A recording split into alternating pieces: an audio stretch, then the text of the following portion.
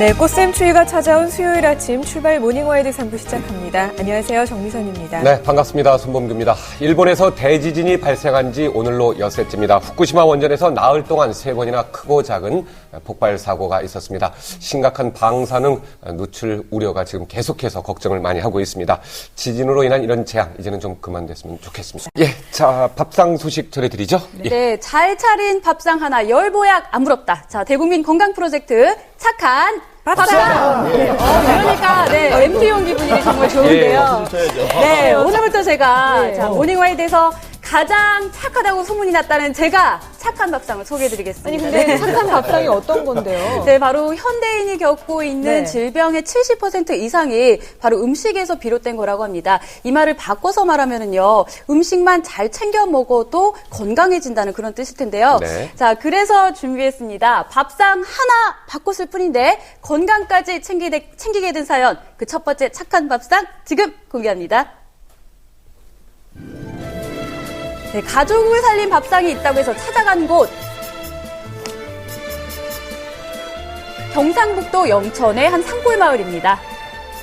네, 읍내에 있는 재래시장에서 배정양 씨 가족을 만났는데요. 날이 풀리자 장터엔 싱긋한 봄나물들이 한 움큼 나와 있었습니다. 예, 무시 2,000원. 한우 얼마예요? 달래며 도라지, 냉이까지 정양 씨가 고르는 것은요, 대부분 인근 주민들이 직접 캐와서 파는 산나물들입니다. 된장에 들어갈 수 있는 재료들은 꼭 사지요. 된장에 들어갈 수 있는 재료?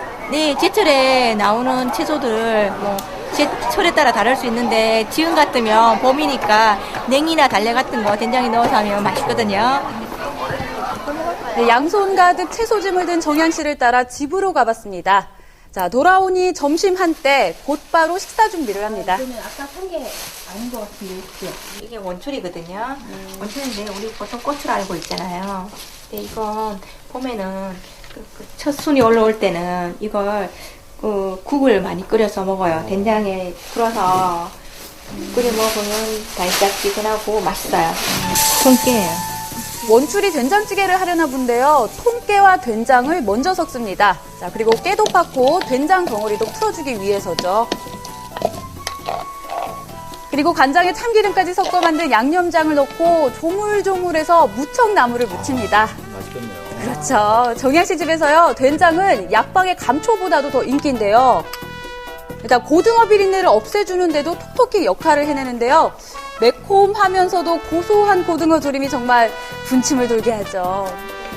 항상 된장을 마지막에 넣어요.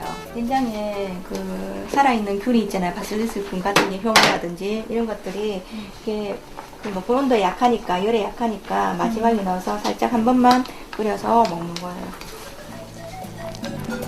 된장에 효소가 살아있도록 제일 마지막에 넣어서 한 소끔 끓여내는 것이 포인트입니다.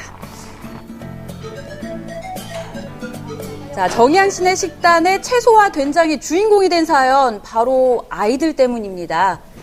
초등학생인 동생과 덩치가 비슷해 보이는 순일이 4살 때 알았던 열병 이후 한때 성장이 멈췄던 적이 있었습니다. 감량 먹이고 있었는데 갑자기 경기를 하는 거예요. 그래 부랴부랴 이제 응급실에 갔지요. 네, 순일이는 자율신경 이상증이란 생소한 병명으로 3일 동안 혼수 상태에서 생사의 고비를 넘겼습니다. 병원에서 할 수 있는 처방이라고는 알코올로 열을 식히는 것뿐이었다고 하네요.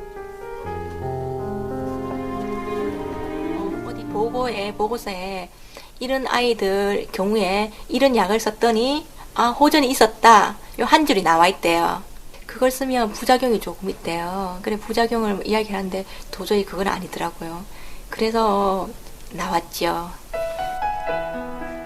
네, 엄마는 이후 4년간 순일이를 살려낼 밥상을 스스로 찾아냈습니다. 일어서기도 힘들었던 아이가 이젠 아무 문제 없이 학교 생활도 할 수 있게 된 것은 생채소를 중심으로 한 밥상의 힘이 컸습니다. 자, 조금 늦긴 하지만 순일이의 몸은 이제 다시 무럭무럭 자라고 있는 거죠.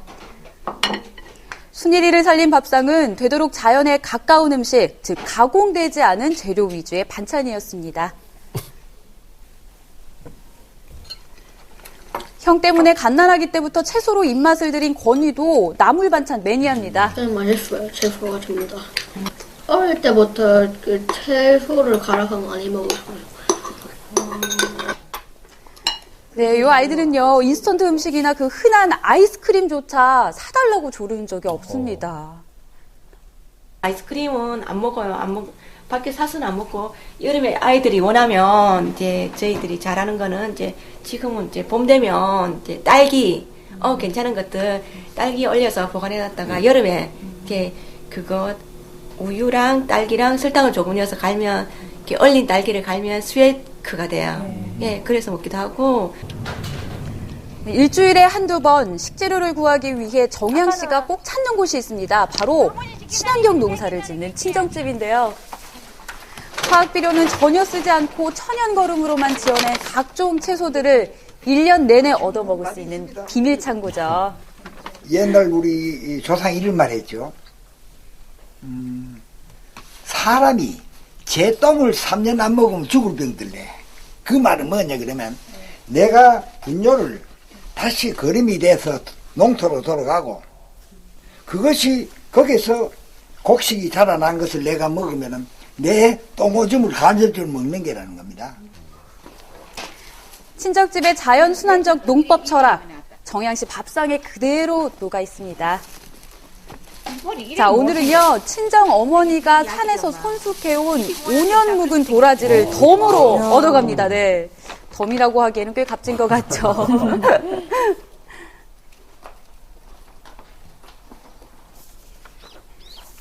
자, 다음 날 아침 밥상이 차려지는데요. 이게 다냐고요?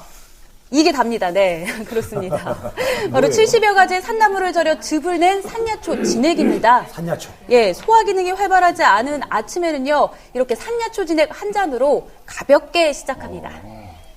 아이들 잘 먹네요. 잘 먹죠. 이 산야초 진액은 각종 산나물만 있으면 일반 가정집에서도 얼마든지 만들 수 있는데요. 물기를 잘 말린 채소를 한 겹 깔고 또 설탕을 한 겹 깔고 이거 계속 반복해주면 됩니다. 뚜껑을 덮고 1년을 숙성시킨 후 즙을 먹으면 되는 거죠. 정양씨 가족의 상비약도 이 오색 채소입니다. 야채 샐러드인데 이렇게 안 좋을 때는 최소한 5가지 이상의 야채를 섞어서 그것도 뿌리하고 잎채소하고 섞어서 이렇게 아이들이 이제 소화하기가 힘드니까 아주 보드랍게 채를 썰어서 소화가 안 되거나 배가 아플 때 오색 채소를 실처럼 이렇게 부드럽게 썰어가지고요. 네. 샐러드를 내놓는데요. 자, 드레싱은 식혜물을 은근히 졸여서 만든 조청을 이용하게 되죠. 예, 자, 달달한 조청 드레싱을 끼얹으면 이 씁쓸하던 채소가 달콤한 가식처럼 느껴진다고 합니다. 벌써 관심 보여요. 네, 아이들도 좋아하겠죠. 네, 계절에 따른 제철 음식, 그리고 신선한 생채소를 이용한 반찬, 또 과하지 않게 섭취하는 단백질, 정양씨 가족을 살리고 있는 착한 밥상의 풍경입니다. 네, 아이들이 대부분 이제 채소 먹는 걸 싫어하거든요. 그렇죠. 식단을 가지는 건 어느 정도 노력은 필요하지만 아주 값비싸거나 너무 엄청난 노력이 들어가는 것들은 아니거든요. 그래서 특이한 정답을 찾기보다는 정말 평범한 식단을 꾸준히 할 수 있도록 하는 것이 더 필요할 것 같습니다.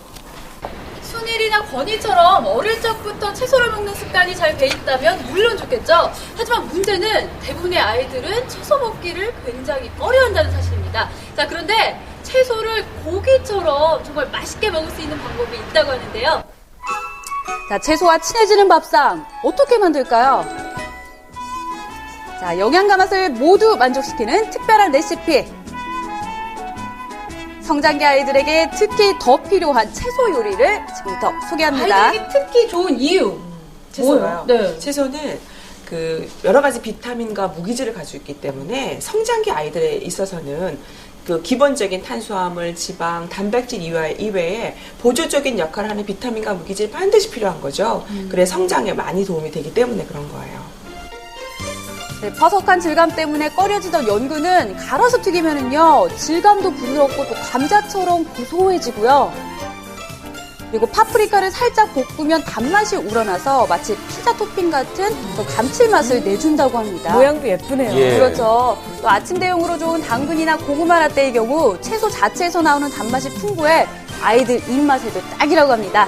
자, 성장기 아이들에게 꼭 필요한 채소 밥상, 착한 밥상이 제안합니다. 네, 탕수 요리를 하거나 아니면 떡을 만들거나 조청을 넣는 방법 참 괜찮은데요, 채소. 네, 예. 아이들이 채소를 싫어하는 이유가 쉽게 말해서 맛이 없어서입니다. 네, 씁쓸하고 그 텁텁한 거를 싫어하는 건데요. 이럴 때는 아까 보신 것처럼 샐러드나 떡 같은데 네. 조청을 곁들이면은요, 아이들이 정말 잘 먹습니다. 그리고 이런 음식들을 또 아이들과 함께 만들게 되면은요, 자기가 만든 음식에 애착을 가지면서 더 잘 먹게 된다고 하니까요. 오늘부터라도 한번 해보시길 바랍니다. 네. 잘 봤습니다. 다음 주 착한 밥상도 기대해 보겠습니다. 예, 다음은 심고노의 태클입니다. 장난 전화 때문에 고통받고 있는 사람들 만났다고요.